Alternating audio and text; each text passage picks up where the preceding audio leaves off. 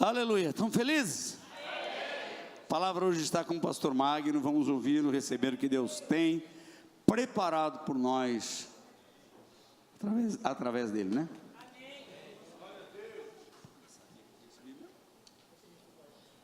A paz do Senhor Jesus. Amém. Tivemos uma ceia ontem abençoada. O pastor Walter tratou de assuntos, digamos, domésticos, né? E aí me dá um pouco mais de liberdade de lidar hoje com um tema um pouco mais, vamos dizer assim, doutrinário, não no sentido de correção, mas no sentido de tratamento da mensagem. Eu quero que você abra a sua Bíblia no Evangelho de Lucas, capítulo número 15.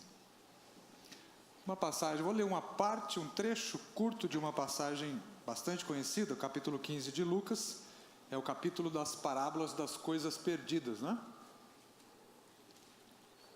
Parábola da dracma perdida, uma moeda, parábola da ovelha perdida e parábola do filho pródigo. A mulher, ou melhor, um homem perde uma ovelha, tendo 100. Uma mulher perde uma moeda, tendo 10. Um pai perde um filho, tendo 2. Então a importância de 1 em 100, a importância de 1 em 10, a importância de 1 em 2. A partir da perspectiva de Deus, 1 é importante, não importa quanto você tenha. Eu quero ler um trecho apenas da última parábola. A parábola do filho pródigo, ou do filho perdido. Eu imagino que você conhece a parábola, ou pelo menos ela em linhas gerais.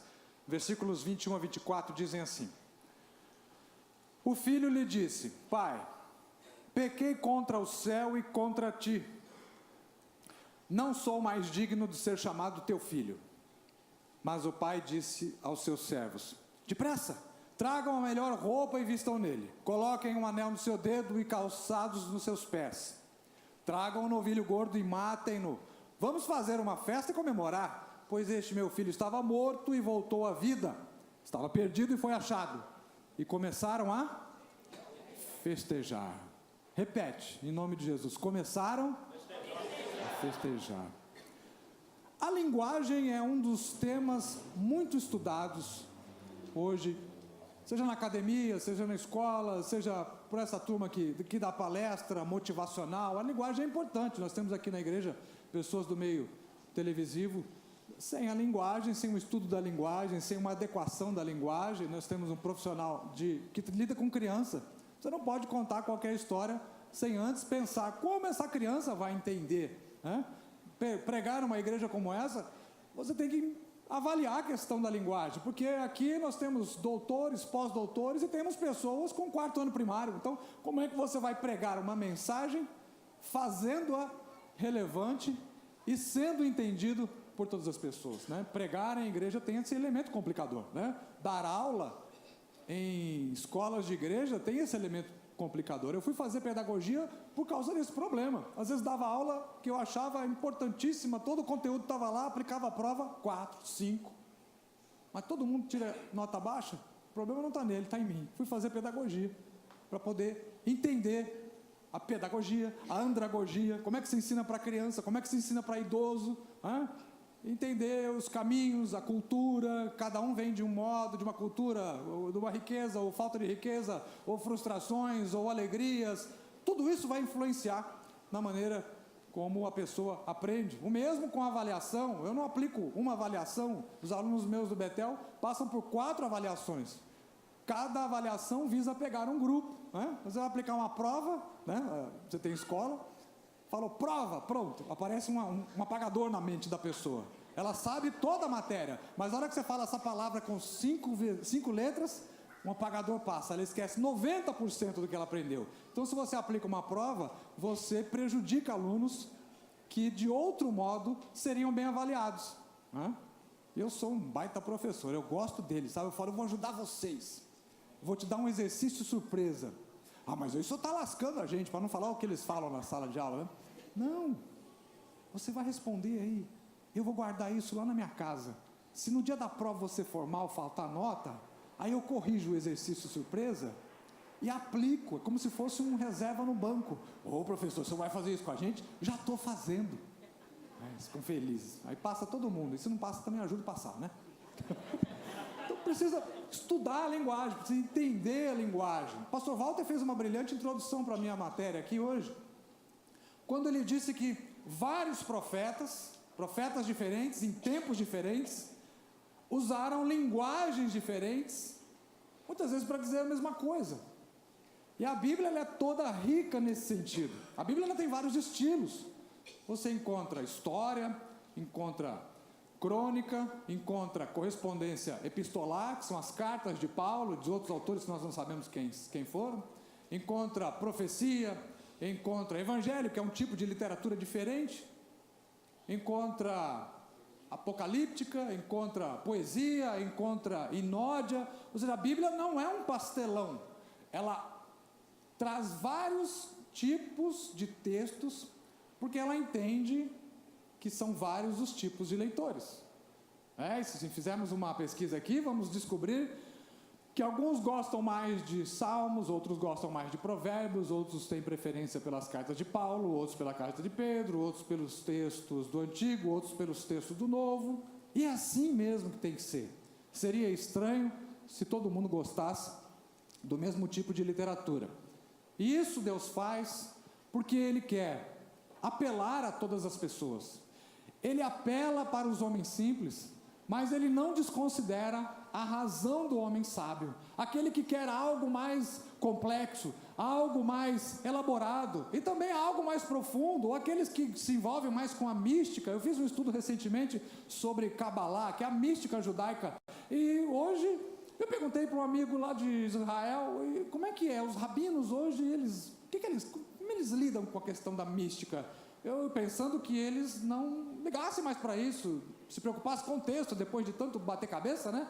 Ele falou, não, é obrigatório, todo rabino tem que estudar Cabalá, tem que estudar mística. E é um método de interpretação que nós da igreja abandonamos, essa história de que por baixo do texto tem alguma coisa mais profunda. Um versículo com 8 palavras, você soma 4, esse 4 você divide por 2, então no primeiro jogo de 4 palavras, juntando com o equivalente no segundo. Para com isso. Imagine se Deus quisesse usar esse tipo de método para falar com a gente. Quem é que ia entender isso? Hoje de manhã eu estava dando escola dominical, um curso de 8 semanas de Apocalipse, numa igreja aqui em São Paulo. Quando terminou, o rapaz falou, eu fiz uma descoberta, eu já sei quem é o anticristo. Eu falei, ai Jesus, guarda para você, pelo amor de Deus, já é meio-dia, eu quero ir embora. Não, porque eu baixei um site no meu computador e tem tudo da NASA lá. Eu falei, ai meu Deus, até ele chegar na constelação de Carneiro, né, eu já vou dar um coice nesse cara. E ele começou a explicar, porque a ursa maior, a ursa menor, a constelação do dragão. Eu falei, Jesus amado, já pensou se Jesus contasse com o nosso aprendizado de astronomia para poder revelar que Jesus me ama e tem uma obra na minha vida? Que Jesus ama você e tem uma obra na sua vida? Quem não gosta de constelação, então ia para o inferno, né?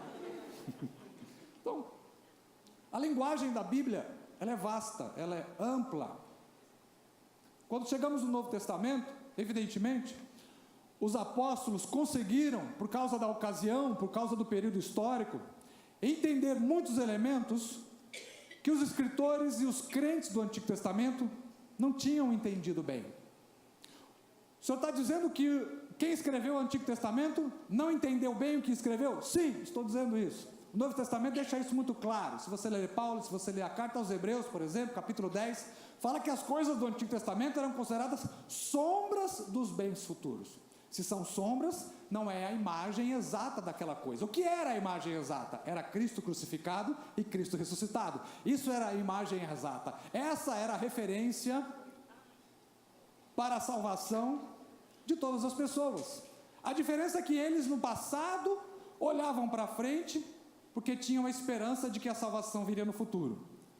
Algo que eles não sabiam como aconteceria, mas que sabiam que viria porque Deus havia prometido. E nós olhamos para trás porque sabemos que já aconteceu. Não há DVD, não há fotografia, não há registro material de Jesus na cruz. Mas nós pela fé olhamos para trás e sabemos que Ele morreu e nos salvou, amém? como os crentes do Antigo olhavam para frente, dizendo, Deus vai enviar o Salvador. Então, era fé no Antigo Testamento, é fé nos nossos tempos, mas no tempo de Paulo, muitas pessoas viram Jesus, contemplaram Jesus. De modo que Paulo e os outros apóstolos herdaram já uma tradição de reflexão, de pensamento, a respeito do que seria esse Jesus Salvador. Como é que ele se manifestaria? O que é que ele viria fazer? Que tipo de Salvador seria esse? Muitos deles esperavam um Messias libertador, um político, ou um militar, um soldado, como Davi, que fizesse guerra contra os romanos, que jogasse os romanos para fora do país deles, para que eles pudessem retomar o comando da nação que eles haviam perdido havia já algum tempo. Então tem várias maneiras de pensar o Salvador. Como esse Salvador vai vir? Ele vai vir como um homem manso? Vai vir como um político? Vai vir como um sumo sacerdote? Vai vir como um soldado?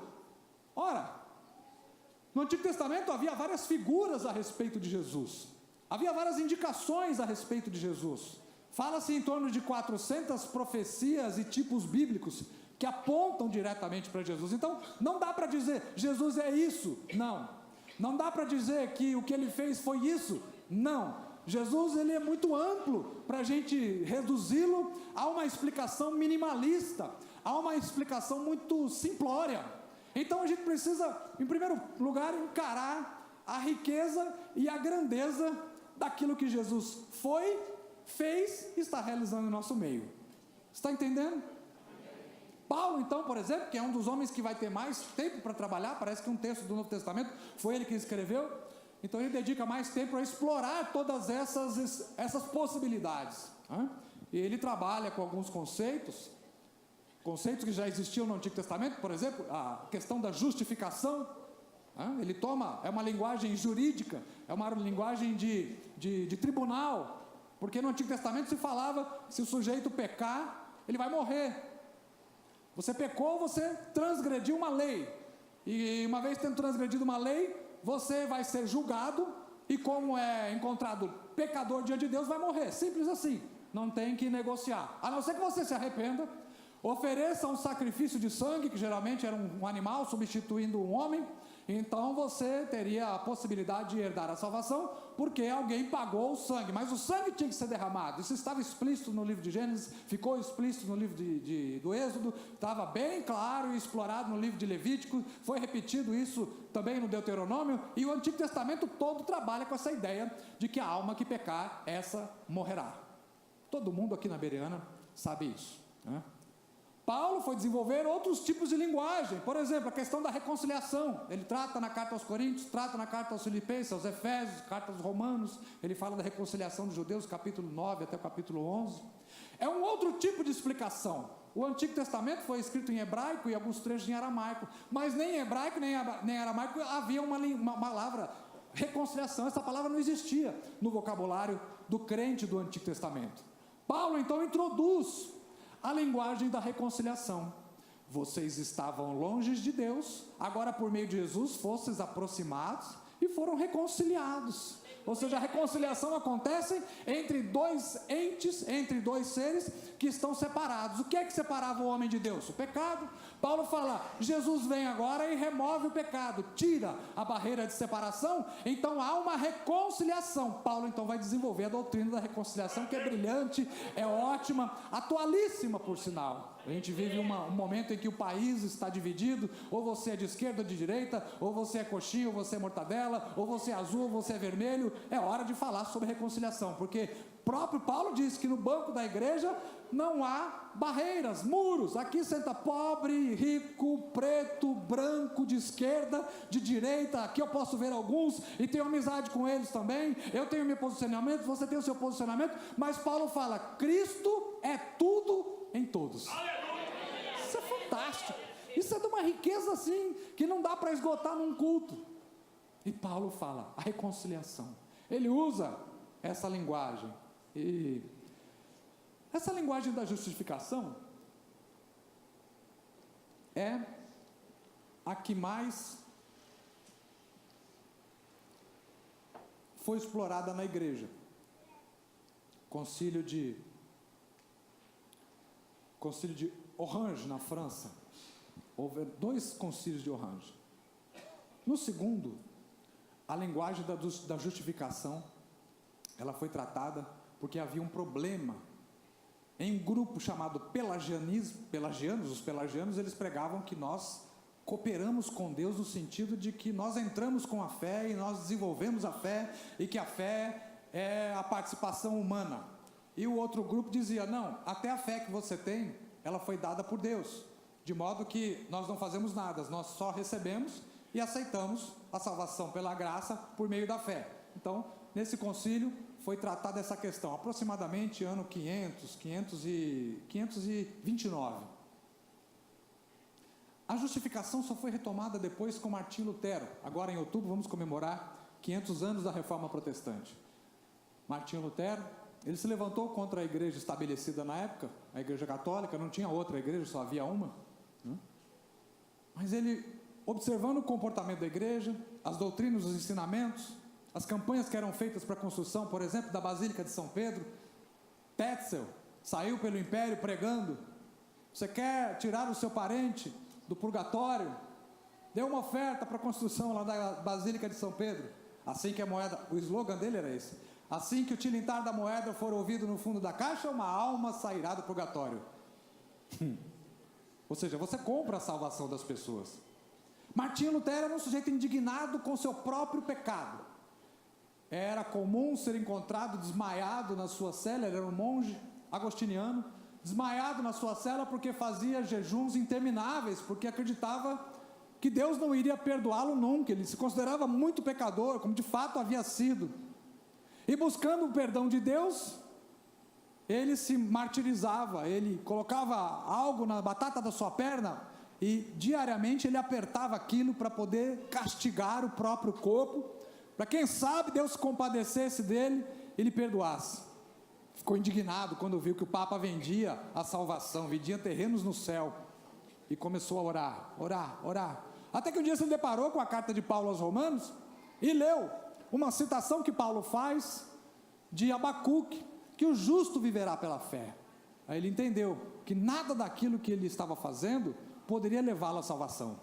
Apenas receber graciosamente o dom bendito e gratuito que Deus estava entregando a toda a humanidade. Foi esse o motivo do disparo da Reforma Protestante. A partir daí, então, ele estabelece normas, critérios, questões, ele indaga a igreja, ele escreve 95 teses, ou seja, 95 pontos que ele considerou errado pela pregação da igreja católica. Era aquilo que todo teólogo fazia, era esperado que todo teólogo escrevesse teses.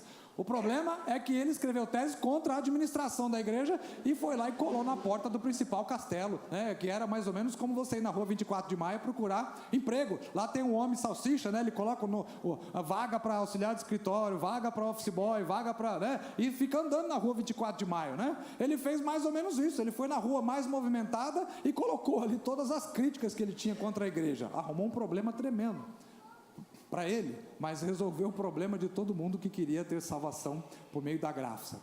Então, a partir da Reforma Protestante, o tema da justificação, ele vai ser retomado. E como foi um tema muito importante, nas palavras do próprio Lutero, é a partir do entendimento que nós temos da justificação, que a igreja permanece em pé ou cai. Ou seja, se você não entender a justificação, é muito difícil você entender a própria salvação. Se você não entender esse esquema de que há um pecado cometido contra Deus e, portanto, há a necessidade de um arrependimento para a salvação, então é muito provável que você não tenha entendido muita coisa a respeito da salvação. Mais recentemente, depois de 500 anos de discussão a respeito da doutrina da justificação, alguns teólogos têm olhado para a Bíblia e entendido a riqueza do próprio apóstolo Paulo.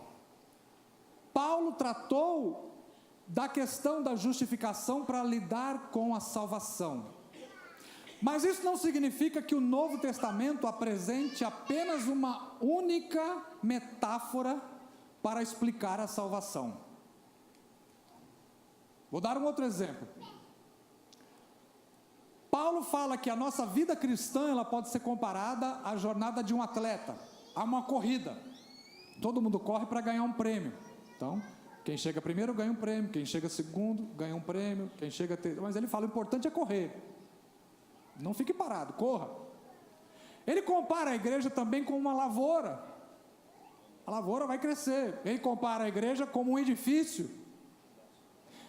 Na minha maneira de entender, eu acho que a maneira mais rica é quando ele compara a igreja como um corpo. Porque no corpo não se fala de um aspecto somente da igreja, mas fala de vários aspectos. Por exemplo, a função e a relação entre os membros diferentes, com funções diferentes, e a relação desses mesmos membros entre eles. Então é muito rico isso, porque pode mostrar como nós lidamos com o entendimento interno. Ele é pastor presidente. Eu sou pastor, mas da área da educação. Eu não posso desprezar o trabalho dele, porque eu não faço o trabalho dele. Mas ele não pode desprezar o meu, porque ele não faz o meu. Mas somos membros do mesmo corpo.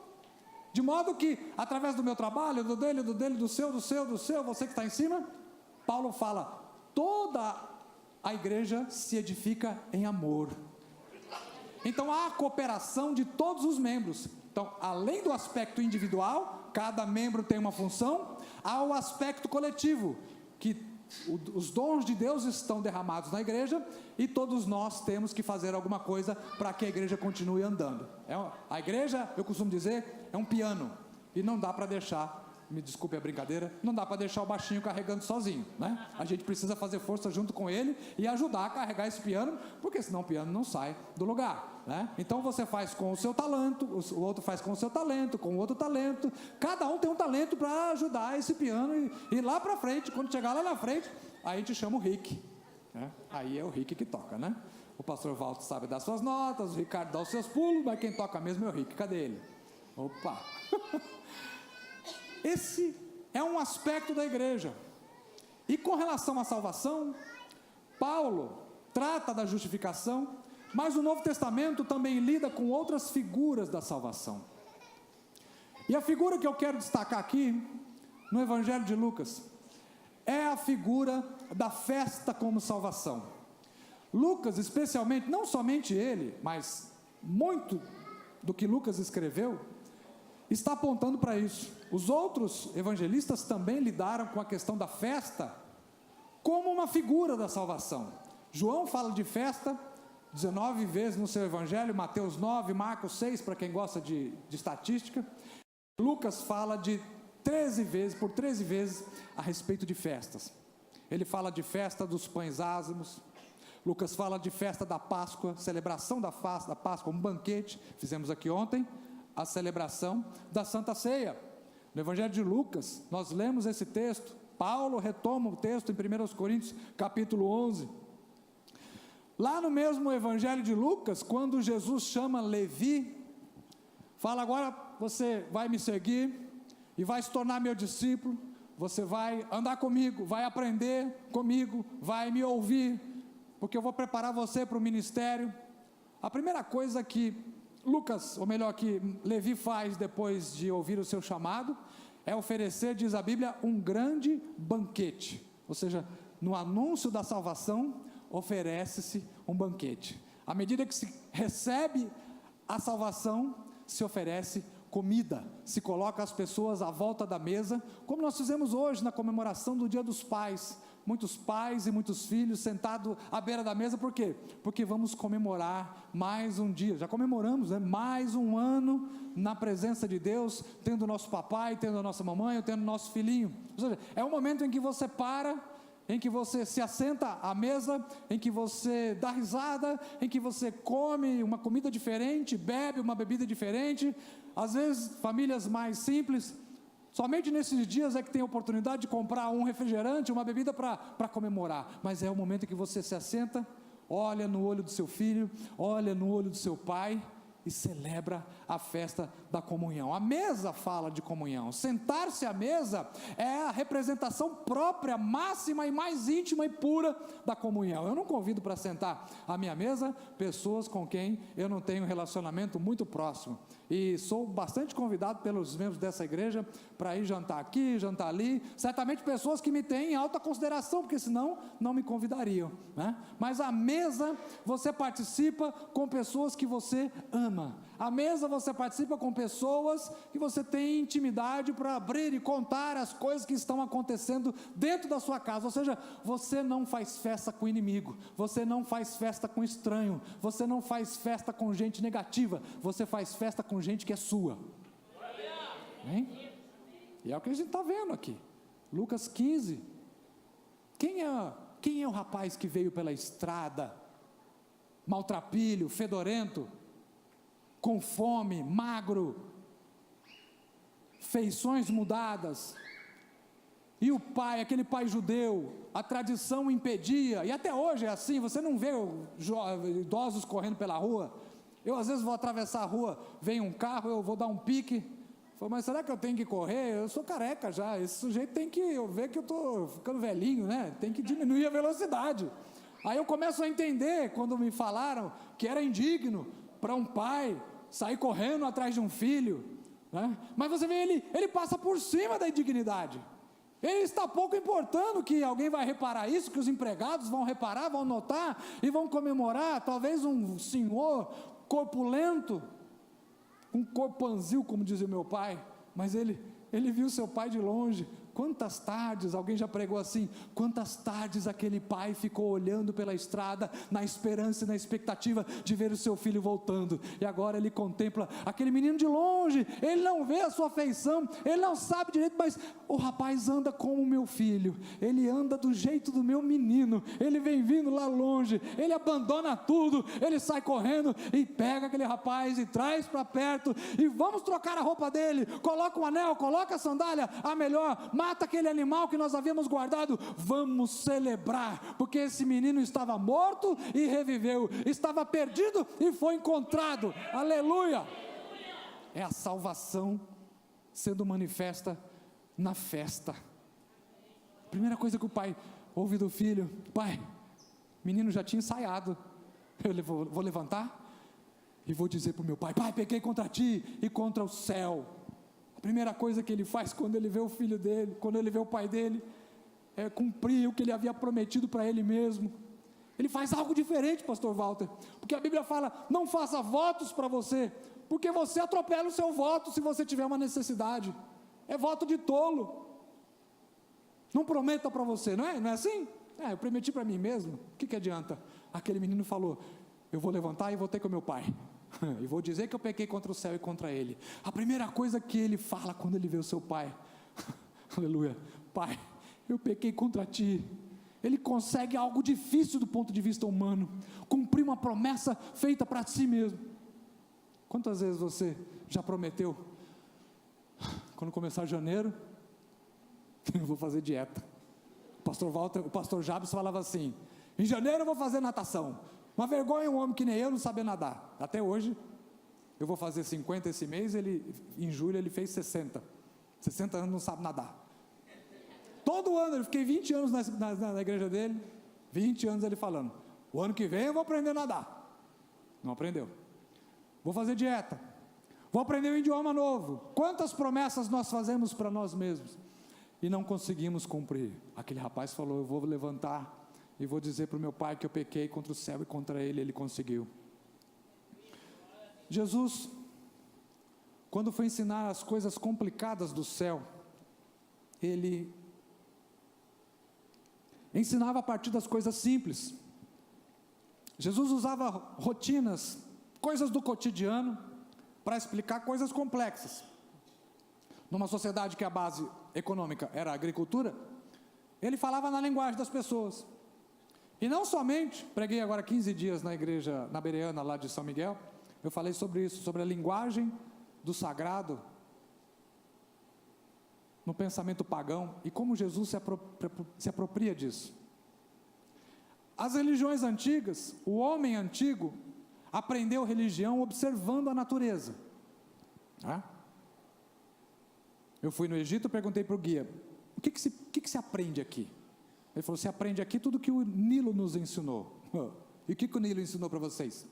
O Nilo ensinou que a vida tem ciclos, porque o Nilo enche um período do ano e depois ele esvazia. O ano que vem acontece a mesma coisa, depois esvazia. Enche, esvazia, enche, esvazia. Quando o rio enche, a agricultura floresce. Quando o rio esvazia, a agricultura seca. O papiro nasce e o papiro morre. Olhando o horizonte do rio Nilo, que em determinados trechos é bem largo, nós observamos o sol. O sol nasce, o sol morre. O sol nasce, o sol morre. A lua também.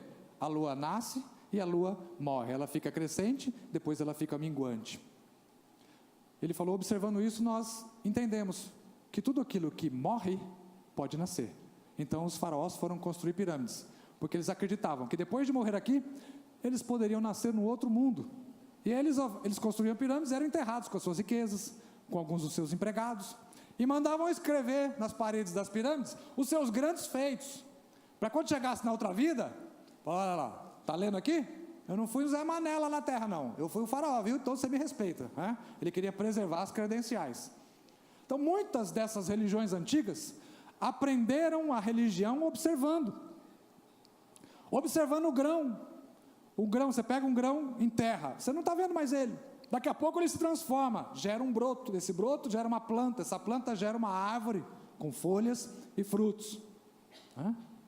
Então, a religião foi aprendida assim. Mas peraí, o senhor está falando isso porque o senhor está estudando outras coisas por aí, né? Não, a Bíblia ensina isso para a gente. No Salmo diz isso.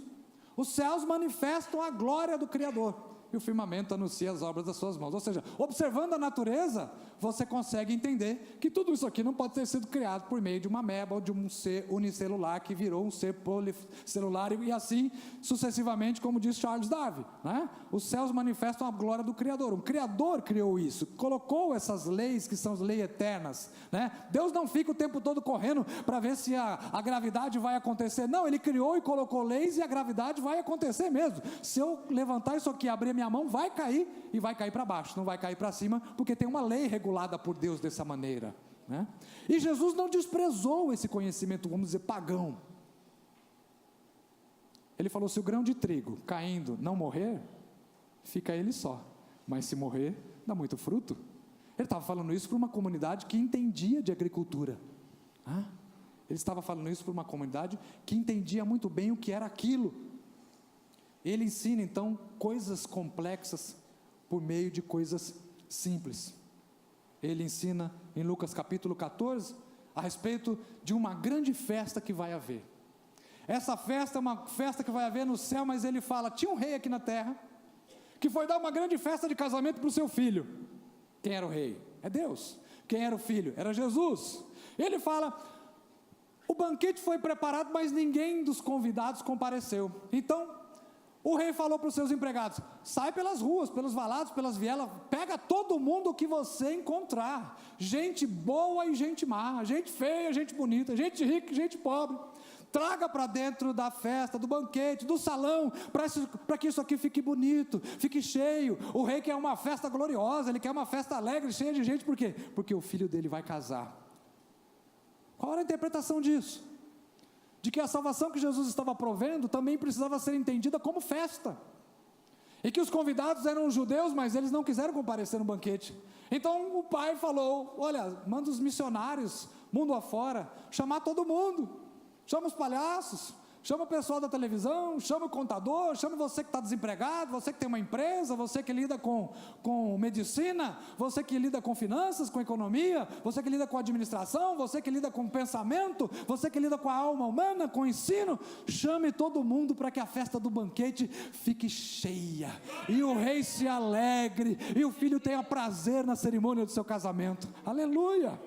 Então, nós precisamos olhar, para concluir, para essa questão da salvação, não apenas do ponto de vista jurídico, que a salvação, por trás da salvação existe um Deus com um porrete, pronto a ameaçar você, pronto para esbofetear você, caso você não entende as doutrinas complexas da justificação pela fé, conforme vem sido pregadas desde a Reforma Protestante. Não.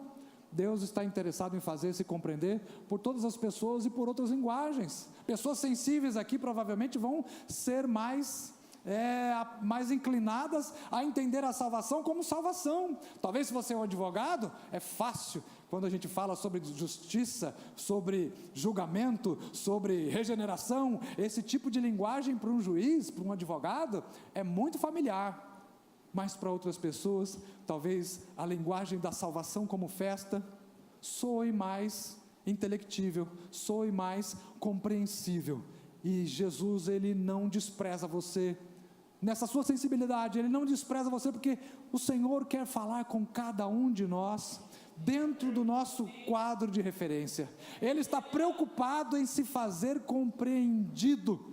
Ele quer que você perceba nuances e riquezas na linguagem do Novo Testamento. O Novo Testamento não foi feito só para nós que fazemos teologia, não. O Novo Testamento foi feito especialmente, o do Antigo também, para pessoas simples, para pessoas que não têm tempo de estudar astronomia, para pessoas que não têm tempo de perguntar para um médico como é que se forma uma medula, como é que se forma uma espinha dorsal, porque a Bíblia diz que a palavra de Deus é como espada alguma, que penetra até o ponto de dividir os pensamentos e as medulas e tudo mais. Ora, e se você tem vergonha, como a menina, cadê a menina que é tímida, a da câmera?